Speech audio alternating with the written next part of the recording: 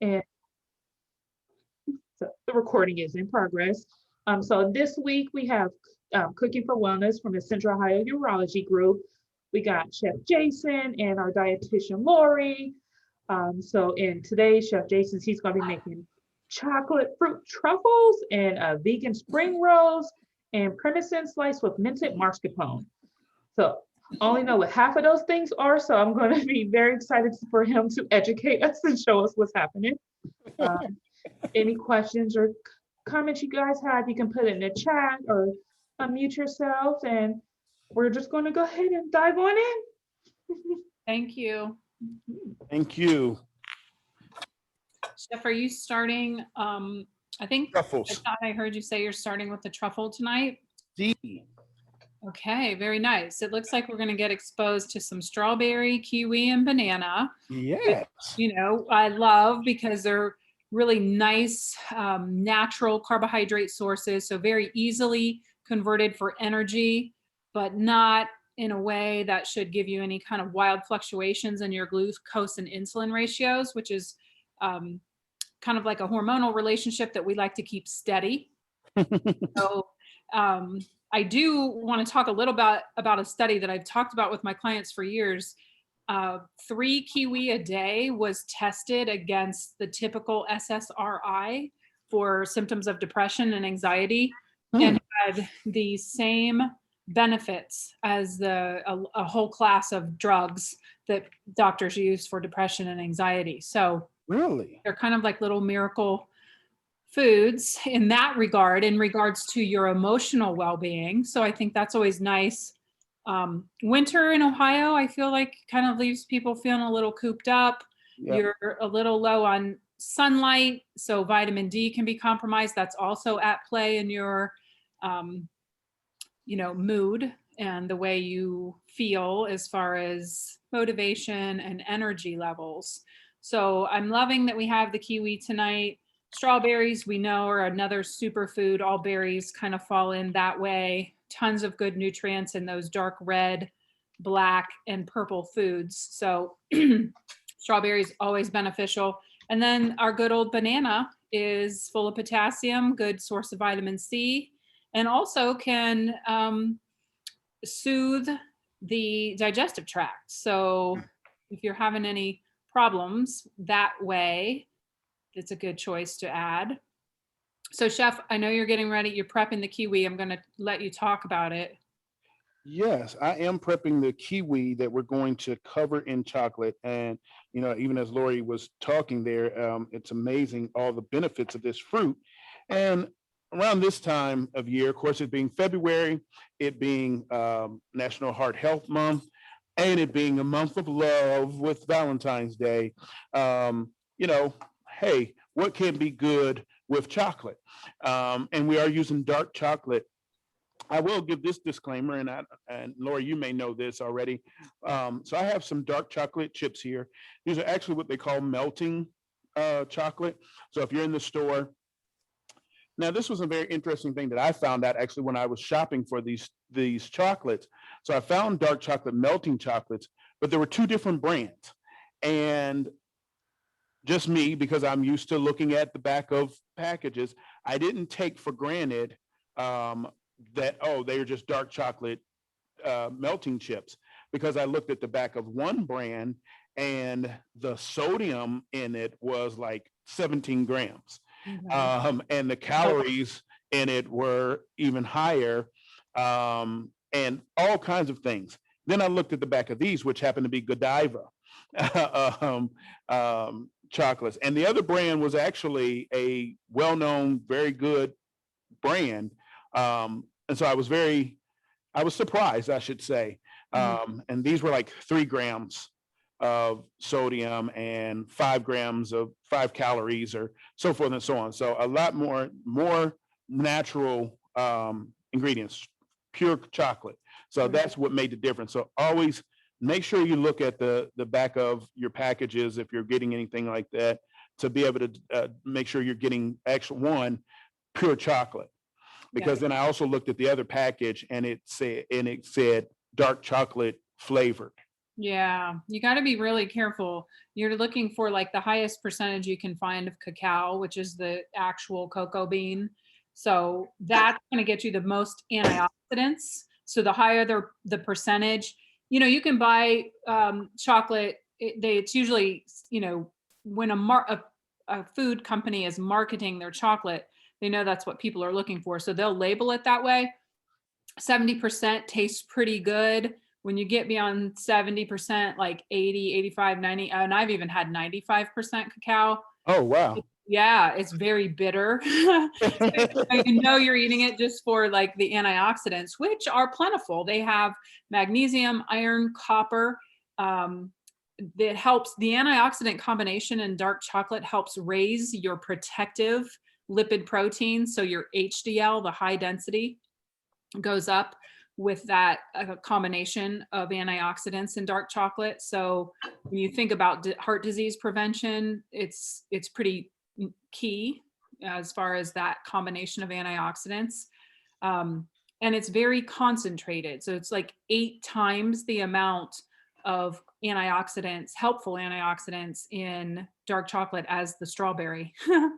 So when you think about a good combination for dessert, this is perfect and very healthy.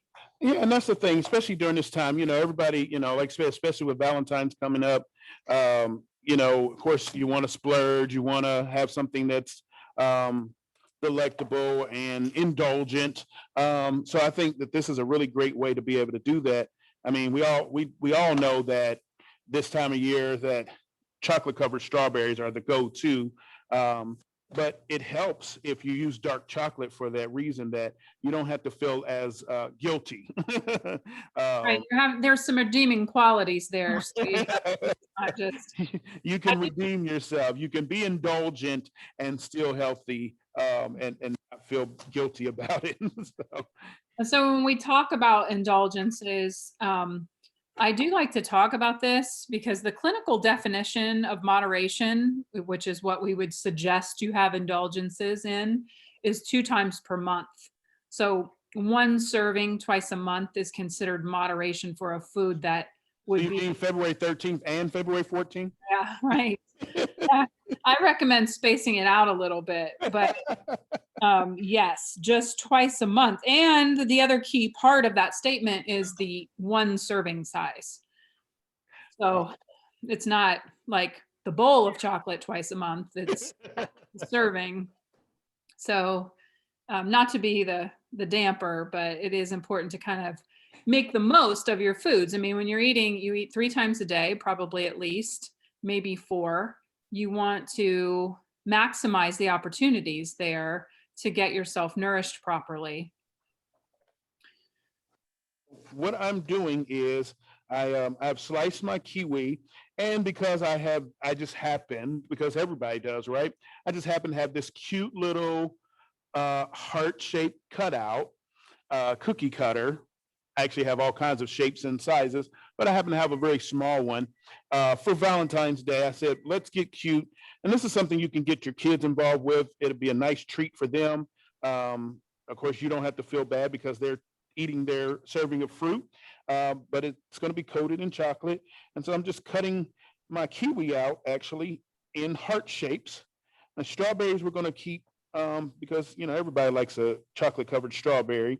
And then we'll try to cut out our bananas also in this heart shape, just to give some nice festiveness. Now, trust me, you don't have to have a heart shape. If you have any type of cutouts or cookie cutters, any small ones, it's definitely a great opportunity to be able to have a great kid activity and for them to join you in this preparation. And it could be something cool, especially with Valentine's Day here. And I've taken my melting chocolate, just put it in the microwave at 30-second intervals and you just take it out, stir it so that everything's nice and melted.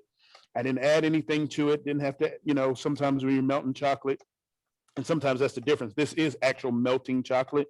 So you didn't have to add any cream or half and half or anything like that to get it to melt. It's nice and smooth and smells wonderful. So it's ready for us to literally just dip our fruit in. So I have my, and I'm just going to I have a nice wooden skewer here. And so I could take, let's see, some strawberries and we'll just dip. When I dip, you dip, we dip. This is actually how I got my kids to eat all kinds of fruit. Was I put just a little bit of chocolate, I dip it in the chocolate. I mean, of course, they're older now, but when they were young and hesitant with different fruits, I dipped it in chocolate first and they would eat anything. And it paid off because they still will eat any fruit. So that is a strategy. And the other thing is I used to put them on toothpicks because so like your skewer there's something that kids like about that too. Like having a single serving on a little toothpick. So I've just dipped it and then we're going to put it on this nice little parched paper and we'll add it to the freezer just to kind of solidify the chocolate, cool it down and make sure it's nice and solid. So Chef, we do have a question from Wendy, I believe. Is it Wendy that wants to know? Let me see. Yeah. What is the substitute for melting chocolate? Like if you wanted to use something else, maybe you're not a fan of chocolate. That's a good question. I mean, that I've seen recently, and I don't know, Chef will have to weigh in, like dipping them in. So I've seen people take yogurt, regular yogurt, and kind of thicken it with cornstarch and then dip stuff in it and freeze it. I have seen that. So like a yogurt base. I didn't know the addition of cornstarch makes sense now that you say it, to get it to kind of become solid in a sense. Yeah. So not very much. I didn't have a recipe for it. I just was watching it on HGTV. So I don't know, but I was thinking more of if I don't want to go out shopping and I do want to use chocolate and have, say, like the chocolate bits. Oh. Is there something I add to that to make it more of a dipping type of chocolate? Oh yeah, like Chef said, like half and half will work to loosen it. Yep, just a little half and half, and just keep stirring it so that half and half will help to break it down like regular chocolate, like chips or so. You use some of that will work out just fine. What about coconut oil? Oh yeah. A little coconut oil. Yes. Just anything. You're not going to add a whole lot. You don't need a whole lot, because then also you don't want to risk it separating. But yeah, a little coconut oil, or like I said, a little half and half. But if you want to go dairy free, the coconut oil would probably be the best. Yeah. I just know it can't have much water in it because I've had mine seize up. Oh, water. Yeah. And well, I've even had it happen like halfway through a batch of strawberries. If I don't have my strawberries really dry, that will seize your chocolate up too. Yes, very, very much necessary. So like my strawberries were rinsed and dried, and my kiwi here doesn't have a whole lot of moisture on it. And this is melting chocolate. So it's doing just fine here. And I'm just, like I said, this is a great opportunity for you to get kids involved because, like Lori said, something about skewers and chocolate and all that kind of stuff. Probably just make sure you got a bunch of towels or newspaper around. Right. You know what I used to do? I used to sit them in the sink. Actual child in the sink so that you can have chocolate everywhere. Yes. So. And let's do some banana. I wish I could cut the banana out in a heart shape, but it's just not the best size for it. But whatever fruit, and the thing is about this is that you can use whatever fruit that you would like. Pineapples, hey, a citrus like an orange or something like that. Yeah. Or mandarin could also be used. So whatever your preference that you think would be great with covered in chocolate. So Wendy, I have a client that has a sweet tooth and chocolate is her favorite, and she will take one raspberry, and put one chocolate chip in there, like kind of like stuff a raspberry. And A she uses stuffed that. raspberry. Yeah, she uses that. And you know, we love raspberries because there's 8 grams of fiber per serving. They're the highest fiber fruit. And so I think that's a great way to kind of ease that sweet tooth after a meal that a lot of people experience. Yeah. And of course, chocolate and raspberries go well together, that pairing. So It does. And it's super quick and simple. So you don't get yourself, I find that that's the benefit of having a plan. You know, if you don't have a plan, then you end up, there's all kinds of risks to be run. You might end up with a whole carton of ice cream out. You might end up with a whole bag of cookies out. You might end up in a place where you don't want to find yourself. exactly. So if you notice, this is really simple, really quick. And like I said, and it could be fun. So it could be a family affair, you know, just have a bunch of fruits out. Just get a nice big bowl of melted chocolate, and everybody can participate in this and kind of, you know, have their favorites. And it'd be a nice, like I said, nice dessert. Mm-hmm. It's kind of like a pre-prep fondue. Yeah. You could do anything. A lot of times I'll take cashews or peanuts or almonds, whatever I have, and finish up that chocolate left in the bowl. Like, Ooh, now you're talking my language, Lori. I don't want to waste anything, so I try to use it till the Anybody have any leftover cashews anywhere? I love cashews. So right. Well, you know how they're tougher, so you can really mix them around in the bowl, and you don't have to, because the fruit will fall apart on you, but not the nuts. well, let me ask you, Lori, since we're talking about it now, we always, even in class, we always talk about, you know, nuts and things like that, but I may be wrong. You know, we always usually talk about almonds and walnuts um, and stuff like that. But where do cashews fall in that? Because I also heard, and I may be wrong, that cashews don't have as much nutritional value as some of those other nuts. You know, that is out there as kind of like the common knowledge, and I think that's why people think cashews are so indulgent. And it's not that they're not as nutritious. They are. They just have a different fat profile, and they have more saturated and less unsaturated than a lot of the other tree nuts. Ah. So it's a fat issue for those cashews. They still have all of those, you know, the combination of some healthy fats, protein, all the minerals, and all of those good antioxidant combinations. It's just that they're tipped a little bit in the less favorable class for fats. I don't discriminate because they're so good. I love cashews. I mean, that's my go-to. Like, I'll have a handful of peanuts here and there as a snack. But cashews, they're my indulgence. You know, I've heard, and I don't know, I would have to do some research on this, that you can't eat too many of them. They're actually in the same class as like poison ivy. Oh, wow. I know, but I don't know if that's true. That's just something my grandpa used to say, and I don't know if it's true. Does anybody know about that? Has anybody ever heard that? That cashew? I hope not. No. Let me look it up. Let me just see if we're talking facts or we're talking fiction. Facts or fiction? Right? Maybe your grandpa just wanted more for himself. Right? Don't eat all that sounds like that could probably be it. Dude, that is. It's in the same family as poison ivy and poison sumac.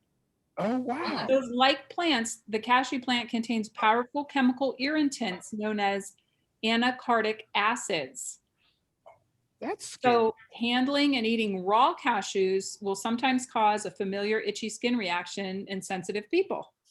Wow. Oh, So now now, that's interesting because both John and I do get rashes from poison ivy, and I definitely do not get a reaction to raw cashews. it's probably dose dependent, I would say, for sure. So maybe just stay under a little tiny, an ounce maybe. I don't know. I'm sure everyone's different. John said stay under a pound. Stay under. Yeah, control it to under a pound. That's funny. Yeah, so he was talking facts there and I was doubting him. That's awful.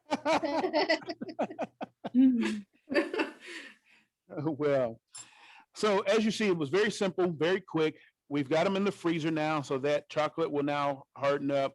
And then you just pull those out and serve those. And if you want to get fancy, whether it's a holiday or not holiday, it doesn't even have to be a particular holiday. If you want to get fancy and maybe have a little bit of cocoa powder that you just kind of sprinkle over the top, or if you want to melt some white chocolate and drizzle over it, or anything of that nature, just something to spruce them up. Or guess what? You don't even have to do that. Just enjoy them. Yeah. But quick, easy, like I said, whether it's you or whether it's the kids, I think it serves as a really great dessert or treat that you can easily fix for yourself. And like I said, you don't have to feel guilty about it. So any other questions about that? How long does it have to set after you dip it? Since we put it in the freezer, as long as it's in there for at least 15-20 minutes. Okay, thank you. Because as that chocolate cools, it's going to automatically start to harden up. Yeah, it doesn't really have to be frozen, it's just the hardening of the chocolate. It speeds the process. Most definitely.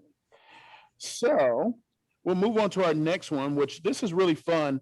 And it's really fun because you literally can use kind of whatever you want per se in this. We're going to use a couple of different types of fresh vegetables, but the thing is that you can make this your own, whatever you want in this, and especially good if you have like some leftover vegetables that you need to get rid of. This is a quick, easy way to be able to get rid of them.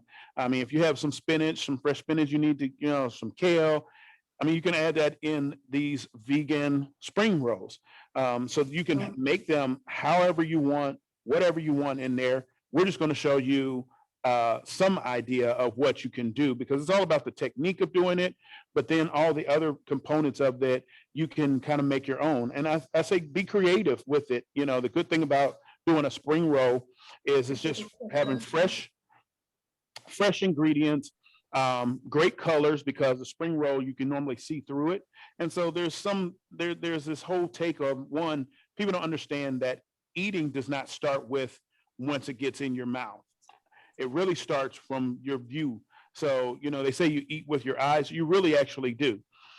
Because it sends a signal to the brain that starts to release the salivatory glands to, salivate. So, having nice, bright colors, even being able to see through this is really going to allow you to enjoy it even better.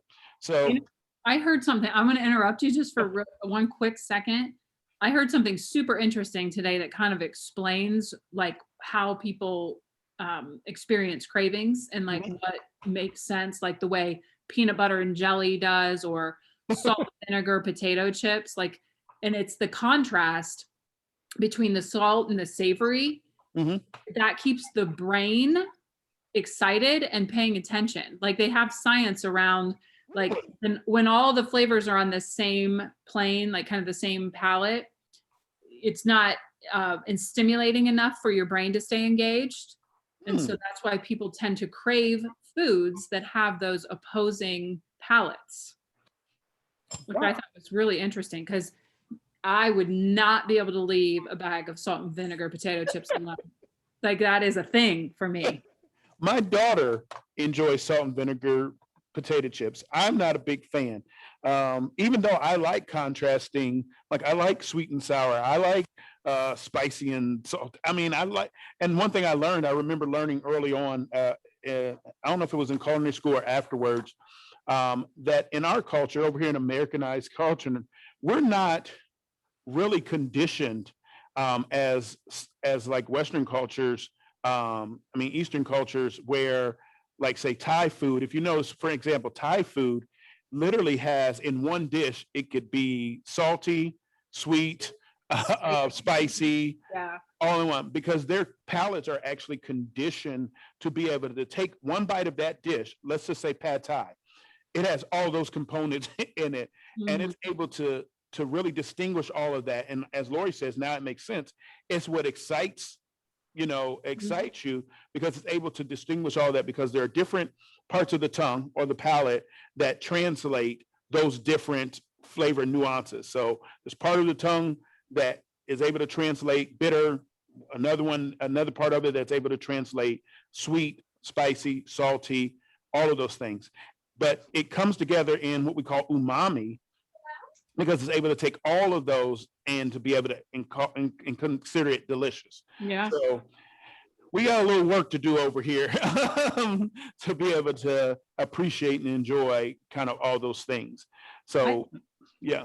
I think it's interesting that that's what our brains kind of like. I thought that we would like a soothing type of palate, but Right. but the research kind of showed that we like that real kind of volatile swing in stimulation between the two different, like the extremes. Huh. So, and in the researcher was talking about how that's how people will do pairings with wines and foods and different drinks, and that's why people will always be kind of like, if I'm having pizza, I need a Coke, like that kind of thing. And it gets cemented. Right. Yeah. You can't eat pizza with a glass of water. I do, but some people don't, right? And now I think about it, I would absolutely rather have a Coke, but I just don't. But What about pizza with a beer?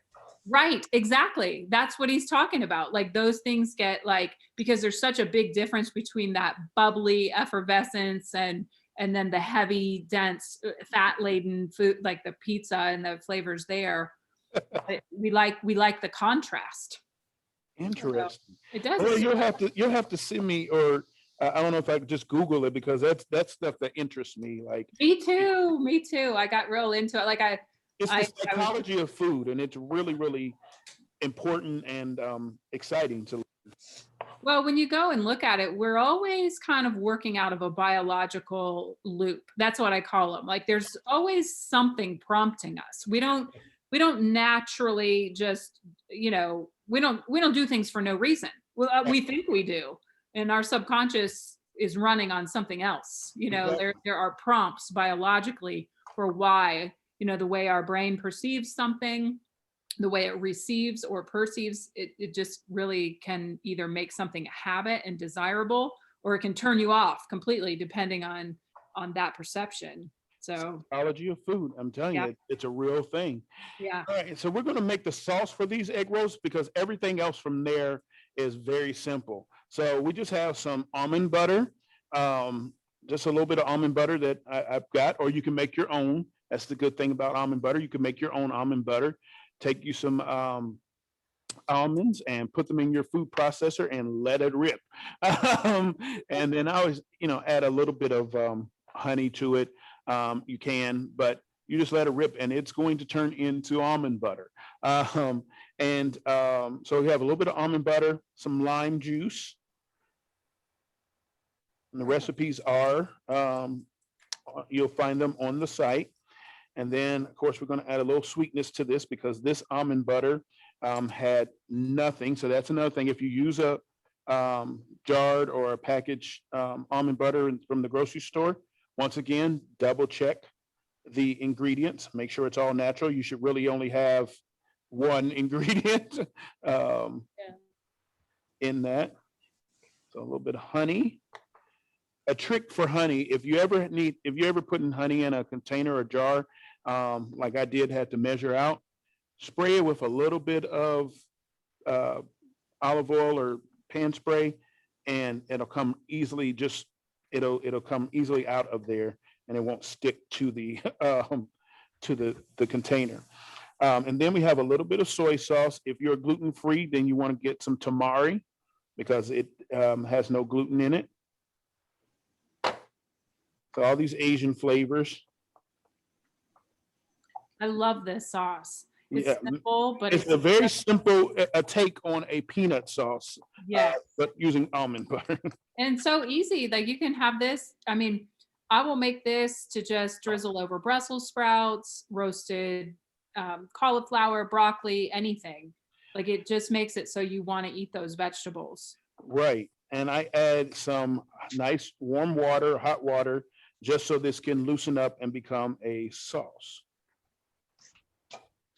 And that's it. Oh, I'm sorry. I have some fresh grated ginger to add in there.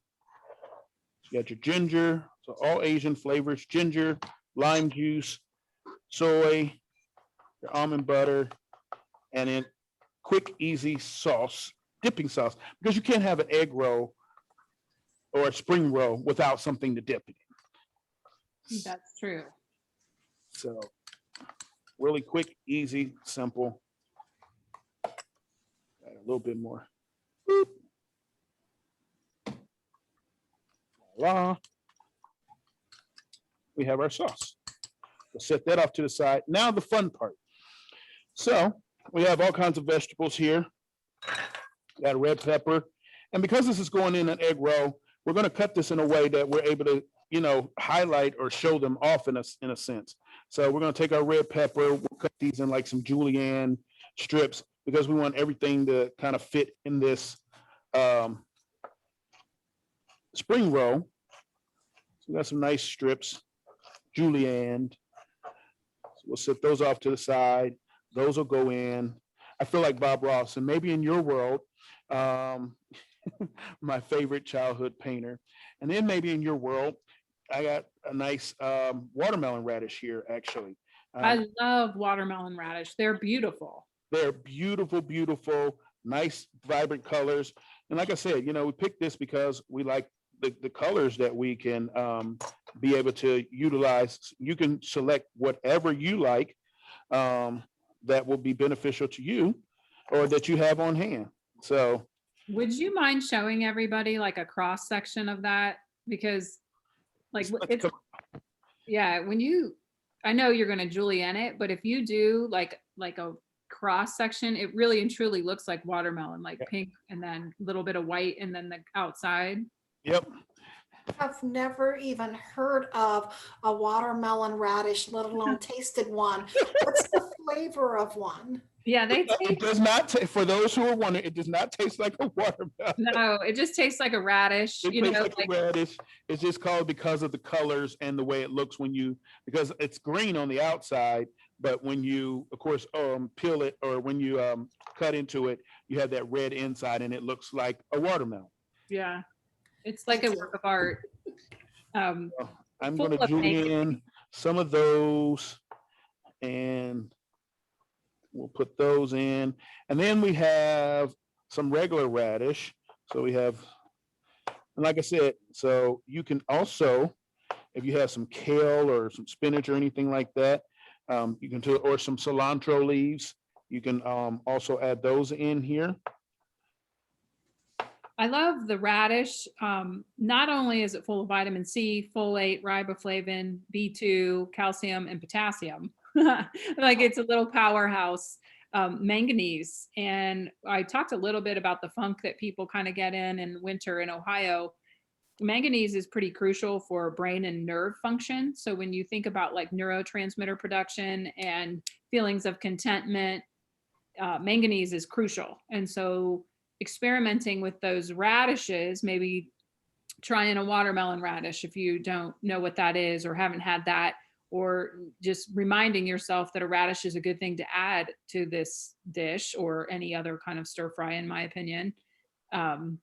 You'll be benefiting yourself with that micronutrient. I also have some green onion here, and I'm cutting these long ways because we're going to stick these in there and they're going to look cool inside of our Spring roll. inside of our actual spring roll. Are you using rice paper? I am using rice paper, and guess what? I actually found brown rice paper. Nice. Okay. Is everybody familiar with rice paper? Has anyone worked with it? No. No? Okay, so Chef, you can give your opinion. It's super delicate. Very delicate. So you want to be sensitive when working with it. But so it's not something that you would really handle a whole lot. I'll show you guys here in a minute. Like when you get it in the package, once you open it up, it is very thin. And And like I said, it's like paper. That's why it's called rice paper. And it's not until you put it in some nice warm water that it loosens up and allows you to, and makes it a little bit pliable. But that's exactly like that kind of product. That is how this dish is so versatile. Like literally you can use it like to wrap up any set of vegetables that you like. You know, and that's not to say that it has to be just vegetables. You could certainly put some tuna or salmon, or any other kind of fish or protein source that you liked in this roll. It's kind of like an Asian burrito. Yeah, yes. So you can, Good way to put it. yeah, I mean, you can make it any way you want. We got some avocado here. So we can add some avocado to this. So now we'll just build. So I have my rice paper. Let me wipe this off real quick. I have my rice paper. I have just a bowl of warm water, and we're just going to slowly allow our rice paper to go down in our water. So you want a bowl that's large enough, because like I said, it is delicate. And we're just feeding it in that warm water. And as you put it in there, in that warm water, it's going to start to be pliable. You know, like 10 seconds, literally. We'll just let it hang out there and it'll start to be bendable and not as stiff, because it's kind of hydrating. And like I said, I was excited to find this product. And you find rice paper for spring rolls in your Asian aisle or section of your grocery store. That's where I found it at Giant Eagle. It's right in the Asian cuisine aisle. And I was going to pick up regular rice paper, and I looked right next to it, and it said brown rice paper. And I was like, oh, wow. So the benefit there would be a little more fiber, because when you use a brown rice product, that means that they haven't milled out the bran. So that's where the fiber is. You notice the difference. This was before, after. Like I said, still very delicate. So it tears easily? It can, yes. Yeah. So I have it flat on my cutting board, and we're just going to start building. Now, mind you, it's see-through. So whatever you put there on the bottom, that's what's going to be able to go. So let's see, we'll start with some of our red peppers. And like I said, in my Bob Ross world, and maybe in your world, you have some of the radish. And keep in mind, the whole reason you're building this is to be able to dip it in that lovely sauce, Because that's all life is about. right? The condiment is the key. We have some of those watermelon radish, and then one of these green onions. And If then you move that one bowl to your right just a little bit, we could watch you build. Thank you. Perfect. Oh, yes. and we'll put some avocado. And I'm putting this kind of centered because just like a burrito, we're just going to wrap it from there. And because I did work at Taco Bell in college, I learned how to roll burritos. Culinary school didn't teach me that. Taco Bell did. And so I always fold from the outside to tuck everything in. And then I take the bottom, I pull it up over my ingredients, and then you just kind of roll tightly from there. Now, mind you, this is delicate, so you want to make sure you don't roughhouse it. And I always use these fingers, my pinky fingers, if I need to kind of tuck in it as I roll, kind of roll it tightly until you get to the end. You have Very nice. one spring roll. And how you'll see that served, like if you order spring rolls out, they always cut it into so that you can see how pretty the stuffing is, you know, like with the red and the greens and the, you know, the onions and radish and peppers, all that good stuff. Yeah, and you can, like I said, you know, because we only have a few ingredients, you can add all kinds of ingredients. Like I said, though, it's very delicate, the rice paper, so you don't want to stuff it too much because it will tear. But, you know, mine's are a little thin, but we don't have a lot of ingredients in there. Like I said, if we had some kale, some shredded kale, or we had some cilantro leaves to go in there, we could definitely do that to make it a little heartier, or some carrot sticks. We can make it a little bit heartier, but you can put whatever you want in there to really get you a really nice, dish. I mean, and this is a really great snack, great appetizer. So it's very versatile. Yes. And as you see, it doesn't take much at all. Once again, I think this is another opportunity that you can get kids involved, because, they can, anything that, it's almost like a work of art, and you can see who can make the best spring rolls, how they look and what ingredients. Just have a bunch of raw vegetables right there available, and everybody can kind of build their own and kind of see how everybody likes it. So Chef Melissa, hi Melissa, is asking, so spring rolls use rice paper, and egg rolls use something else like wonton wrappers. Yeah. And are they usually rice based? No. Okay, that's what I thought. So that might be why she's asking. So wonton wrappers are not usually gluten free. No. Now they have made them. I see a lot of them now show vegan, which is interesting. I haven't looked at the back that way, but they have now made them vegan, but not usually gluten free. Yeah, I'm not sure what the animal product would have been in it to begin with. So. That's why when I seen that now on the wrapper, I was like, what animal product could have caused it to be not? Right. These marketing people are interesting. All right, so we got two down. Yes. Tuck the sides in, bring it over, and I kind of gently, but try to, as much as possible, tightly. So the end sticks to it and doesn't unravel? Yes. Right, because you put it in that water, so it's like glue. If you make a mistake, can you unwrap it and fix it, or? Either unwrap it or get another one, because it depends on how much tear or so. So if we have our sauce, I'm gonna add a little bit more water here just to loosen it up. I like it a little bit looser.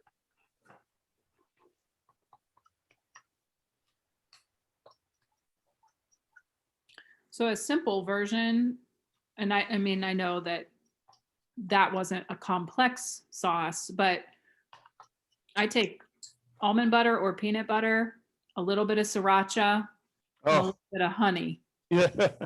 And that will also make it so you'll eat any vegetable. Yeah. You had me.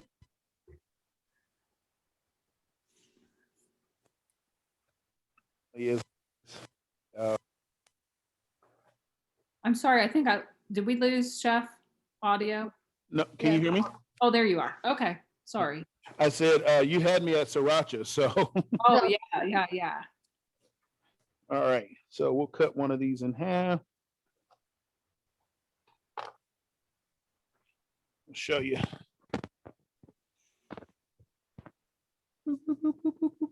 Yeah, that's so pretty. Very nice. So that's the cool part, is that you get to just kind of cut those in half and show the insides. And like I said, that's why I was mentioning before, if you have your family members or the kids, just have a bunch of really great fresh vegetables out. And then everybody can just kind of go for what they know and see what everybody comes up with.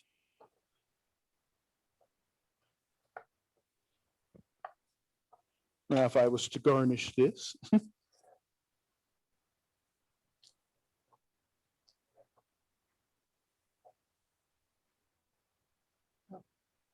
Let's see here. Let's see if I can do it. It's just like curling ribbon at Christmas time, except it's an onion. Oh, Now you guys don't try to make that without the garnish. You must. So, Very nice. Beautiful. nice. Looks good. there you go. You lucky dogs get to snack on that. So very simple, very easy. And of course, like I said, the fun thing is that you can just use all kinds of different ingredients in there and you can change it up. It'll be almost like a different spring roll every time just by changing up some of the vegetables that you use. Anybody have any further questions about that? I don't think so. No. So we're going to move on to the persimmon slice with minted is it Mascarpone. yes. mascarpone? But it's not really spelled. It's M-A-S. So why did It'll you really say throw you mascarpone? because You know, like that's not how it's spelled. that's not how it's spelled. It isn't. It's M-A-S. So it should be like mascarpone. Mascarpone. So maybe I sound fancy when I say it like that. Yes, it's one of those things. It's Italian, so Yeah, I mean, I know I've said mascarpone my whole life, but it's actually mascarpone. It's an Italian soft cheese made from cream and resembling cream cheese. yeah. So it really puts you in the mind of like a fancy cream cheese or Italian cream cheese. So Yeah. you can use this. I use this in desserts. I recently used it actually. I can't remember. I did some dessert with strawberries and I did a vanilla mascarpone whip topping on top of it. So was really good. You can use it. My sister, I just found out, which I was like, I might have to steal that from you. When she makes her spinach dip, she uses a little mascarpone in her spinach dip. Oh, very nice. And I was just like, oh, I never thought of that. So Awesome. Good for her. She's creative. right. So I was just like, It's a good source of phosphorus, zinc, B12, and vitamin A. So it's, not without value. Good source of protein. We're going to be using mint, which is known for helping people with digestive flow. So like helps with IBS and relieves indigestion. You probably have thought about having mint tea after dinner if you feel over full. Sometimes that can be helpful. And then the actual persimmon, there's a couple of different kinds. yes. So pronunciation on this one might get me. Do you know how to say either one? Because I don't know how to say either one. I have to be looking at them because they are hard to say. One is F-U-Y-U, like Fuyu, I guess. Fuyu. Okay, and then the other one is Hachila, H-A-C-H-L-Y-A. Probably meant to say it wrong all the time too. I mean, that's embarrassing. I probably butchered both of those. I have to go as a Japanese because they're a Japanese fruit. So I might have to go across here to the Japanese store and ask them how they're pronounced. Okay, so I'm just going to say persimmon. Which kind is that? Right, which kind do you? I don't know the difference. In America, in United States, in America, there's you'll usually only find one kind. And if I'm not mistaken, I want to say it's the H one. Okay. Don't quote me on that one. I'm trying to remember, but there's usually only the one that you'll find here in America. Okay. I'm looking. A store-bought persimmon.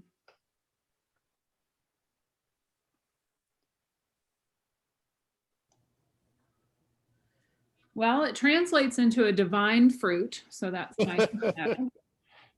But it still doesn't tell me how to say it. Well, from here, it looks like a pomegranate to me. This is a pomegranate. That's why, Ann. Because we're gonna have some seeds from the pomegranate in this recipe. Persimmons are here on the plate, sliced. I've never seen it before. So they look like, they almost look like a tomato in a sense, but well, a tomato's a fruit too.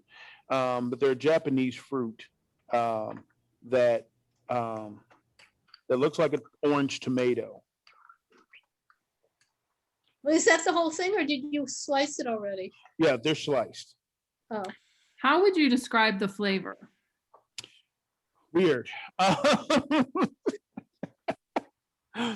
did a salad with these a few years ago, and they're very interesting. I will say that they don't taste. They're not sweet. They're not sour per se. It's not, to be honest, they really don't have a whole lot of flavor, and maybe that's why it's hard to say what they taste like. Yeah, they're kind of like watery to Yeah, me. Yeah, it's just like it's really not a lot of flavor. right. Yeah, but they're But one so of the things you're like, what's the point of this? but they're so high in fiber, potassium, vitamin A, and that manganese that's really essential for brain and nerve function that they redeem themselves. And as long as you're going to have a minted mascarpone with pomegranate there, you're going to get all those beautiful flavors. So I think that's how this dish makes sense. does it have seeds like a tomato? It does have seeds like a tomato. Ouch. Chopping up some mint here. This mint smells great. So yes, Lori, anything with mint in it is so the addition of this mint and the mascarpone and the lemon is going to really brighten this up. Nothing like the smell of fresh mint, I'm telling you. Would you mind showing us that sliced persimmon? Just like kind of bringing it to that. Yeah. Thank you. Looks like a cookie. Yeah. I know it's kind of interesting. Oh, Yeah. thank you. I've never seen it. Now, I will say it's hard to find them right now because they're more of a summer fruit. Oh,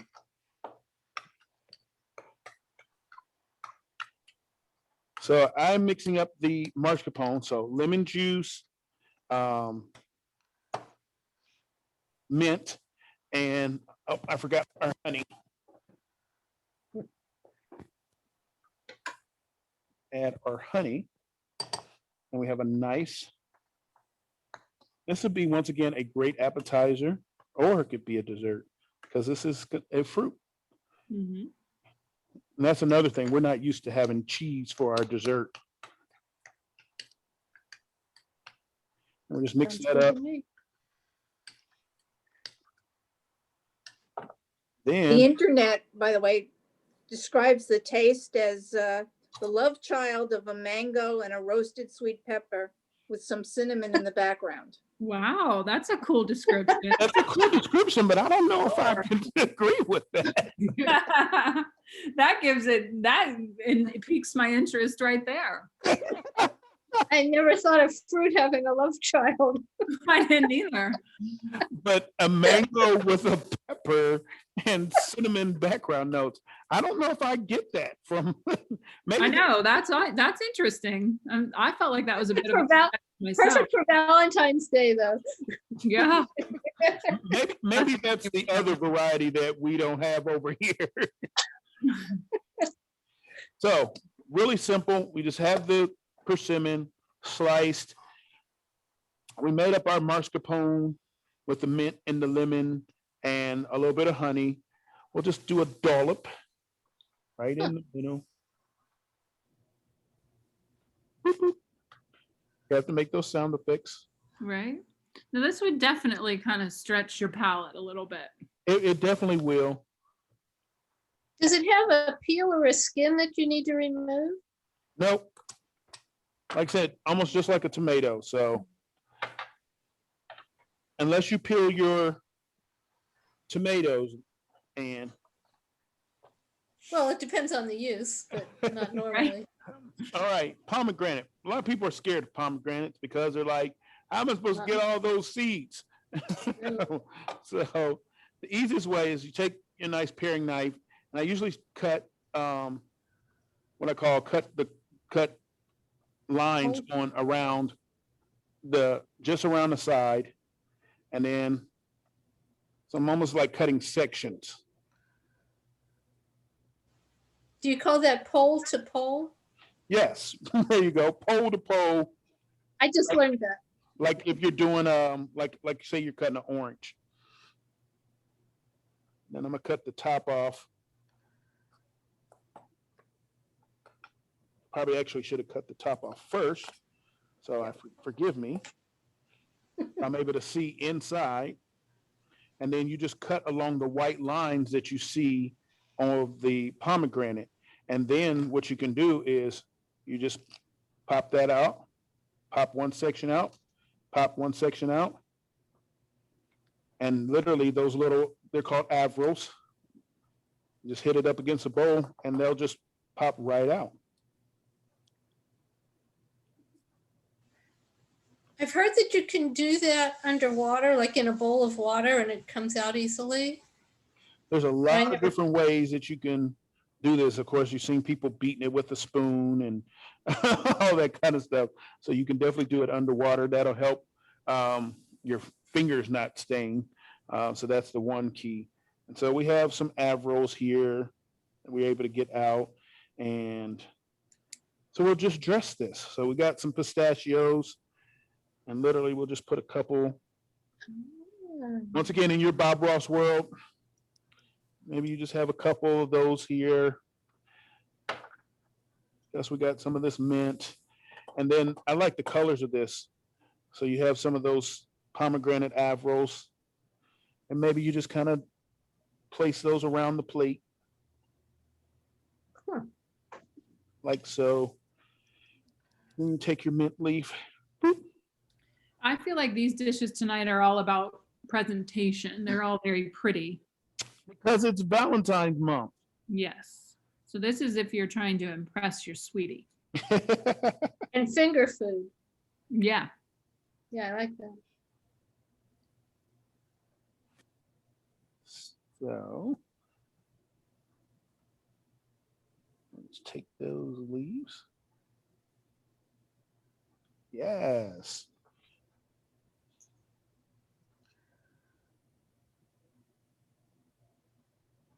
And voila. And because I don't like drippage on a plate,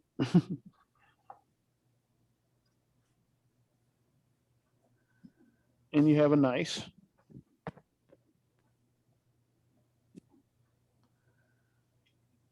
That's awesome. Ooh. Yeah. Very pretty. Very pretty.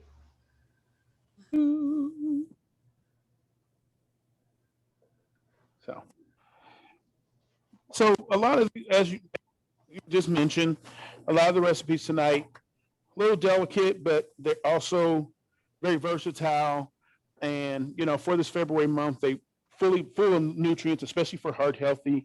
And Laura, you did say something I kept hearing you say was a lot of the ingredients in mostly all three dishes were, they also helped with mood, and especially for the winter. So they use a lot of ingredients that were prevalent here in the winter, in these cold months, that help with moods and help with regulating our certain levels. And so I think that was very beneficial too.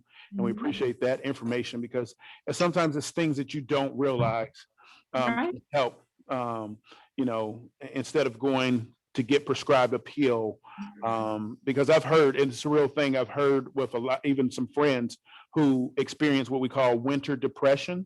Yeah. Seasonal. Because, you know, there are people I've heard, you know, that they really thrive in sunlight and sunshine.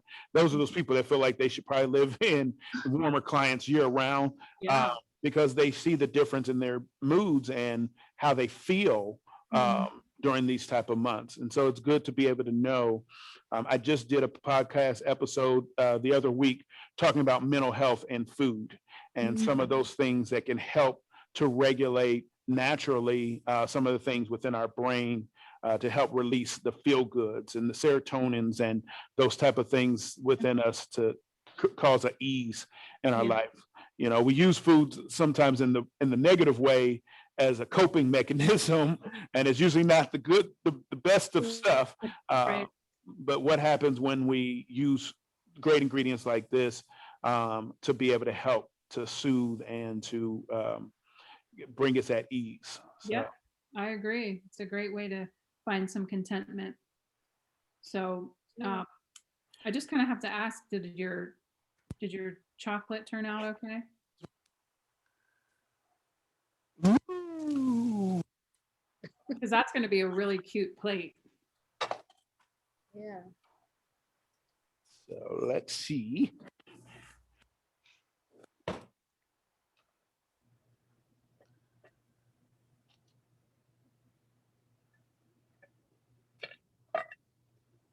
I don't have any fancy garnish.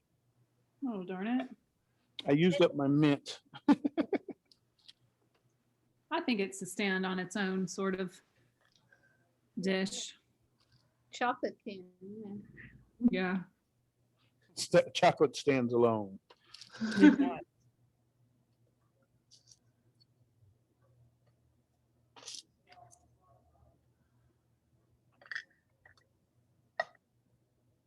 Some of our heart-shaped kiwi.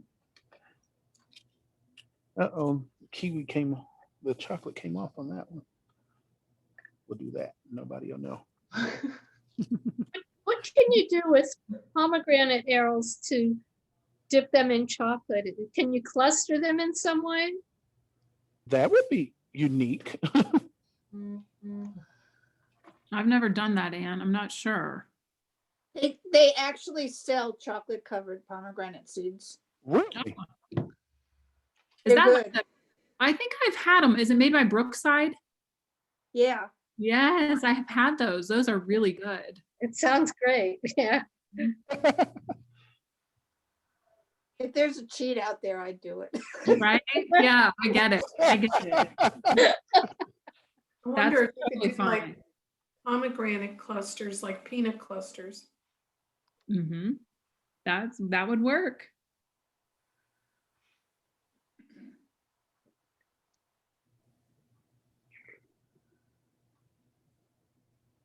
We have our chocolate covered strawberries,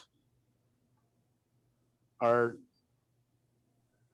kiwi there in the center, heart-shaped kiwi, and then Oh. our chocolate covered bananas. Very nice. Pretty. Cute. Lovely, yeah. Yeah. Well, thanks, Jeff. You did a great job. Thank everyone for joining us tonight. Presentation appreciate- was beautiful. Everyone for coming and joining us tonight on tonight's, and hopefully you leave with some inspiration, and you get to try some things out on your sweethearts for the year, for the holiday, and most of all, just to be able to enjoy good quality food that will be good for your own overall wellness. Sounds Yeah. good. Does Thank you. anyone have any questions? Thank you. Comments? No? Okay. You're welcome. Thanks for joining us, Thank everyone. you, guys. Thank you. This was great.